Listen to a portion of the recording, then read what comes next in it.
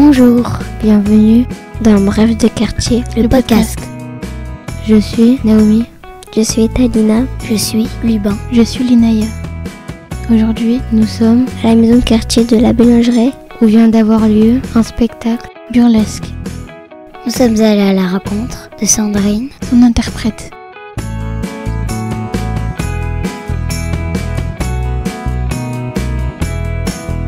Peux-tu te présenter ? Alors oui, je m'appelle Sandrine et je suis comédienne, danseuse et circassienne. Et là, je viens de faire un spectacle qui s'appelle La dernière danse de Monique. Je suis art thérapeute aussi et j'habite en Bretagne, mais pas ici, pas dans ce quartier, un peu plus en campagne. Depuis combien de temps vous faites ce métier et pourquoi ? Eh ben, depuis toujours.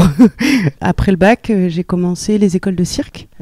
J'en ai fait une notamment à Lille qui a duré 3 ans et où je me suis formée vraiment au porté acrobatique, puis en équilibre sur les mains. Et après, j'ai diversifié en allant vers le clown, la danse et le théâtre. Et j'ai commencé à me former à 18 ans, quoi. Quel a été votre parcours ? Et ben du coup, les écoles de cirque au Campelière à côté de Cannes, et puis après à Montpellier et après à Lille. Et après, je me suis formée beaucoup dans des stages de clown, dans des stages de théâtre et de danse. Et puis je me suis formée aussi avec le théâtre du Prato à Lille, qui a été très formateur pour moi.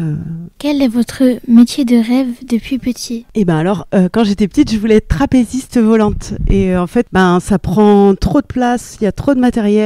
C'est trop compliqué. Du coup, je me suis dit, en fait, je vais faire avec le corps, juste avec le corps. Donc, mais quand j'étais petite, je voulais être trapéziste. Votre spectacle est pour les personnes de quel âge ? C'est un spectacle qui est pour plutôt, c'est tout public, mais souvent je mets à partir de 7 ans, parce que les tout petits comprennent pas forcément, mais en même temps, comme il y a beaucoup de visuels, ils trouvent aussi leur compte. Et il y a vraiment une double lecture entre la lecture que les adultes peuvent avoir et la lecture des enfants. Voilà. Quel message raconte ce spectacle ? Je dirais que ça raconte la ténacité, la volonté, aller au bout de ses rêves aussi, pour avoir envie d'avancer, de continuer d'avoir des rêves. Ça peut être triste à des moments, mais voilà, Monique, elle a toujours son rêve en tête, de partir et de vivre l'aventure. Tu t'es pas fait mal quand t'es tombée ? Alors, j'ai des bleus partout, mais ça va. En fait, le corps, il tient le coup et il a l'habitude.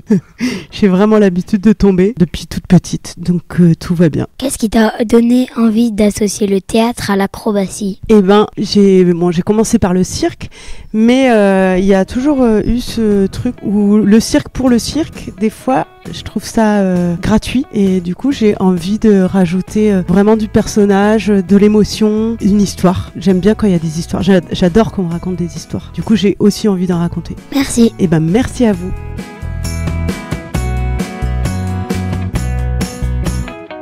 Merci pour votre écoute. À bientôt pour un nouvel épisode de Rêve de quartier, le podcast.